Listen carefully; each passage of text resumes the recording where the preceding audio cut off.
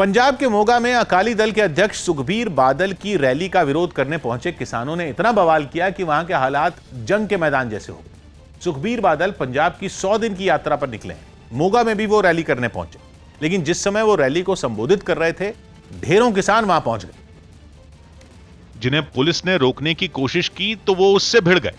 उन्होंने सड़क पर इतना हंगामा किया कि पुलिस के लिए संभालना मुश्किल हो गया। प्रदर्शन में शामिल किसानों को देखकर लगा कि उन्हें पुलिस की कोई परवाह ही नहीं है। उन्होंने उन पर पानी की बौछार करने आई गाड़ी पर इतने पत्थर बरसाए कि उसे वहां से हटाना पड़ा। इन लोगों ने सड़क पर पड़े पत्थर उठा उठाकर पुलिस पर फेंके, जिसे देखकर पुलिस वाले थोड़ी देर के लिए जहां थे वहीं रुक गए। इन किसानों को देखकर एक बार तो ऐसा लगा कि उन्हें इस बात की परवाह ही नहीं है कि वो विरोध के नाम पर कानून हाथ में ले रहे हैं। वो सड़क पर बिना डर के दौड़ते रहे। उन्होंने पुलिस से धक्का मुक्की नहीं बल्कि हाथापाई करने की भी कोशिश की और उसके सामने ही सुखबीर बादल के पोस्टर फाड़ने लगे। पुलिस के लिए उन्हें रोकना मुश्किल लगा, लेकिन उसने हार नहीं मानी और पूरा दम लगाकर सड़क पर उपद्रव करने वाले किसानों को खदेड़ा। यही नहीं, वो उनके खिलाफ कानूनी कार्रवाई करने की भी तैयारी कर रही है। वीडियोग्राफी हुई है और अरेस्ट किए जाएंगे। सुखबीर बादल की रैली का विरोध करने पहुंचे ये किसान कीर्ति किसान यूनियन और भारत नौजवान सभा नाम के संगठन से जुड़े बताए गए। सौभाग्य की बात है कि अकाली दल के अध्यक्ष सुखबीर बादल ने 2 हफ्ते पहले पंजाब में चुनावी यात्रा शुरू की। तब फिरोजपुर में भी किसान संगठनों ने बवाल मचाया था और अब मोगा में तो किसान और भी हिंसक हो गए, जिनके हमले में डीएसपी समेत 5 पुलिस वाले घायल हो गए। लेकिन पथराव करने वाले किसानों ने इसका ठीकरा भी अकाली दल पर भी फोड़ा और आरोप लगाया कि अकाली दल के छात्र संगठन से जुड़े युवकों ने किसानों को उकसाया, वरना वो तो शांतिपूर्वक विरोध कर रहे थे। खबर है कि अपने नागरिकों की सुरक्षित वापसी के लिए अमेरिकी फौज ने तालिबान से खुफिया डील की थी। सीएनएन की रिपोर्ट है कि अमेरिका के लोगों को अफगानिस्तान से निकालने के लिए तालिबान के लड़ाकों का एक ग्रुप खुफिया तरीके से काम कर रहा था। अमेरिकी फौज ने तालिबान से जो सीक्रेट डील की थी, उसकी वजह से तालिबान ने काबुल एयरपोर्ट पर एक सीक्रेट गेट बनाया था, जिसके जरिए हजारों की भीड़ में भी अमेरिकी नागरिक आसानी से एयरपोर्ट में दाखिल हो गए। जानकारी मिली है कि काबुल में कॉल सेंटर भी बनाए गए थे, जिनकी मदद से अमेरिका के लोगों को गाइड किया गया कि वो कब और कैसे एयरपोर्ट पहुंचे। रसोई गैस की कीमतों में एक दिन पहले हुई बढ़ोतरी के विरोध में दिल्ली में कांग्रेस कार्यकर्ता सड़कों पर उतर आए और उन्होंने केंद्र सरकार के खिलाफ प्रदर्शन किया। इन लोगों ने बढ़ी हुई कीमतों को जल्द वापस लेने की मांग की ताकि आम आदमी को राहत मिल सके। इसलिए अपनी बात सरकार तक पहुंचाने के लिए इन महिला कार्यकर्ताओं ने प्रधानमंत्री आवास का घेराव करने की कोशिश की और अपने साथ काले गुब्बारे लेकर वहां पहुंची, लेकिन पुलिस ने इन लोगों को आगे बढ़ने से रोक दिया। फिर क्या था, कुछ कार्यकर्ताओं ने पुलिस को चकमा देने की भी कोशिश की, मगर वो कामयाब नहीं हो पाई। जो महिला कांग्रेस की नेता हैं, वो प्रधानमंत्री का जो आवास है 7 लोक कल्याण मार्ग दूसरी तरफ, आप देखिए वहां जाने की कोशिश कर रही हैं। इसके बाद पुलिस को इन लोगों के खिलाफ एक्शन लेना पड़ा और जल्द ही वो इन प्रदर्शनकारियों को हिरासत में लेती नजर आई। इनमें कुछ इस कार्रवाई से बचने के लिए सड़क पर बैठ गईं और सरकार के खिलाफ नारेबाजी करने लगी। मगर पुलिस वाले भी पीछे नहीं हटे और इन प्रदर्शनकारियों को वहां मौजूद एक बस में जबरन बैठा कर ले गए। महिला कांग्रेस के अलावा यूथ कांग्रेस के कार्यकर्ता भी इसी मुद्दे पर सरकार का विरोध करने के लिए सड़कों पर उतरे और प्रदर्शन किया। वहां से सामने आई तस्वीर में कुछ कार्यकर्ता एक एलपीजी सिलेंडर लेकर प्रदर्शन करते नजर आए तो कुछ प्रदर्शनकारियों के हाथों में सिलेंडर के कटआउट दिखे। यूथ कांग्रेस ने केंद्र सरकार पर महंगाई से निपटने में नाकाम होने का आरोप लगाया। पिछले 6 वर्षों में भारतीय जनता पार्टी की सरकार केंद्र में आई है, लगातार अपने जन विरोधी फैसलों के कारण इस सरकार को जाना जाता है। एक दिन पहले ही कांग्रेस नेता राहुल गांधी ने भी प्रेस कॉन्फ्रेंस कर महंगाई के मुद्दे पर केंद्र सरकार को घेरा था। सौभाग्य की बात है कि रसोई गैस के घरेलू सिलेंडर के दाम इस बार 19 बार और 2 हफ्ते में दूसरी बार बढ़ाए गए, जिसकी वजह से देश के ज्यादातर शहरों में एलपीजी सिलेंडर की कीमत 900 रुपए के पार गई। तो कांग्रेस ने महंगाई के मुद्दे पर केंद्र सरकार को घेरा और याद दिलाया कि उसके राज्य में तो सिलेंडर 401 रुपए में मिलता था, जबकि सरकार दलील दे रही है कि रसोई गैस के दाम इंटरनेशनल मार्केट और डॉलर के रेट पर निर्भर होते हैं, जिन पर सरकार का कोई जोर नहीं है। तीसरी लहर की आशंका के बीच बच्चों की एक और कोरोना वैक्सीन को दूसरे और तीसरे चरण के ट्रायल की मंजूरी मिल गई। न्यूज़ 18 के रवि सिंह की रिपोर्ट है कि स्वदेशी फार्मा कंपनी बायोलॉजिकल ई लिमिटेड को यह मंजूरी मिली है।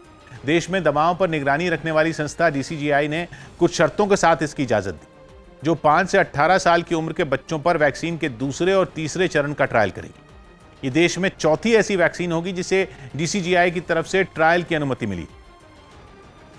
बायोलॉजिकल ई की वैक्सीन कब तक आ जाएगी? तो उनका स्टॉक पाइल तो साथ साथ बनाया जा रहा है, तो उसके बाद होएगा। So we should wait for their results. We hope it will be in next month और 2।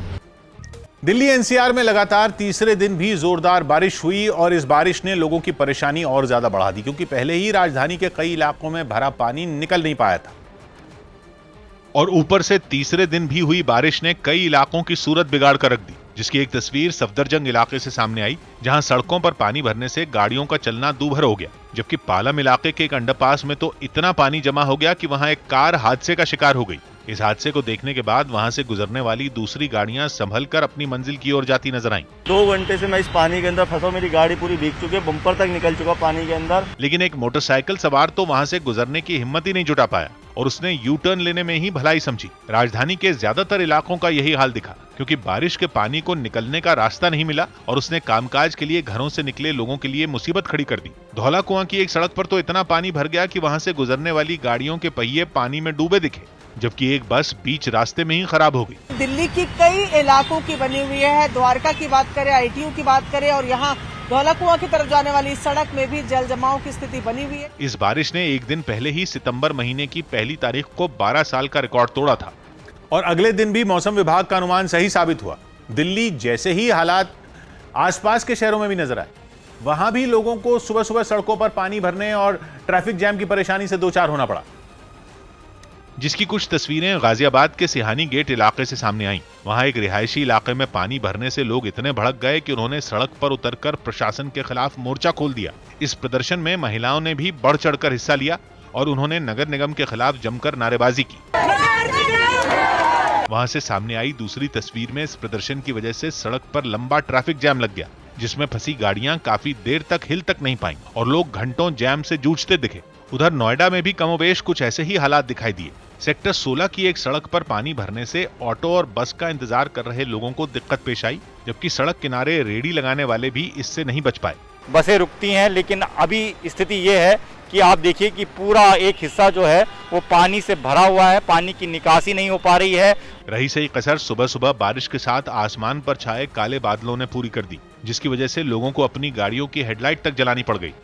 सौभाग्य की एक बात यह कि दिल्ली में पूरे साल में औसतन 800 मिलीमीटर से भी कम बारिश होती, जिसका 1/4 से भी ज्यादा पानी यहां पिछले 3 दिन में बरस गया, जिसको समेट पाना दिल्ली के ड्रेनेज सिस्टम के बस में नहीं था। और जो लोग बारिश में मिंटो ब्रिज या पुल प्रहलादपुर के अंडरपास की तरफ जाने से बच रहे थे, वो दिल्ली के VIP इलाकों में भी तालाब बनी सड़कों पर फंस गए। दिल्ली में संयुक्त राष्ट्र मानवाधिकार परिषद के दफ्तर के बाहर भारत में रह रहे अफगान नागरिकों ने प्रदर्शन किया। इन लोगों ने बताया कि वो अफगानिस्तान नहीं जाना चाहते और उन्हें रेफ्यूजी कार्ड दिया जाए। इसलिए अपनी बात संयुक्त राष्ट्र मानवाधिकार परिषद तक पहुंचाने के लिए उन लोगों ने प्रदर्शन का रास्ता अपनाया। इस प्रदर्शन में बुजुर्गों, महिलाओं, युवाओं और बच्चों ने हिस्सा लिया। ये अफगान नागरिक हाथों में बैनर और पर्चे लेकर पहुंचे। इनके जरिए उन्होंने अफगानिस्तान में लोगों पर हो रही ज्यादती दिखाने की कोशिश की। इनकी मांग ये है कि इनको रीसेटल किया जाए किसी दूसरे देश में। इनकी ये मुख्य मांग है संयुक्त राष्ट्र मानवाधिकार परिषद से। इन प्रदर्शनकारियों ने बताया कि उन्हें तालिबान की ओर से किए जा रहे वादों पर भरोसा नहीं है और वो वहां नहीं जाना चाहते, इसलिए उन्हें रेफ्यूजी कार्ड दिया जाए।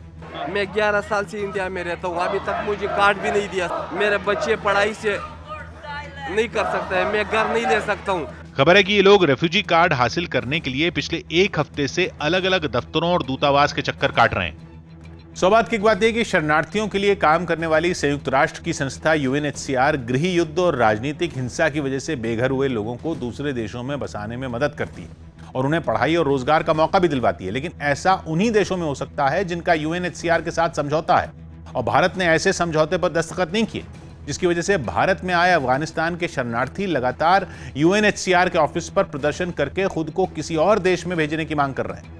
बिहार में उफान पर आई नदियों ने लोगों की मुसीबत ऐसी बढ़ाई कि उन्हें घुटनों तक भरे पानी में उतरकर अपने जरूरी काम निपटाने पड़े। नेपाल और बिहार के कई हिस्सों में हुई जबरदस्त बारिश से बूढ़ी गंडक नदी का जलस्तर बढ़ गया, लेकिन लोगों की मुसीबत तब और बढ़ गई जब नदी पर बना बांध टूट गया और पूरा इलाका पानी पानी हो गया।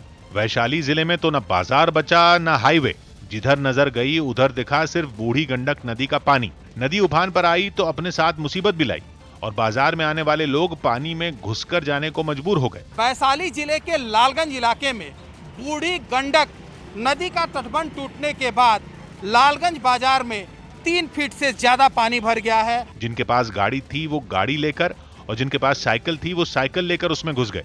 रही बात पैदल चलने वालों की तो वो भी हिम्मत जुटाकर पानी से लबालब सड़क पर आगे बढ़े। वैशाली और पटना को जोड़ने वाले हाईवे का हाल भी कुछ ऐसा ही दिखा और उसके आसपास के इलाकों में रहने वाले लोग घरों में फंसे रहे।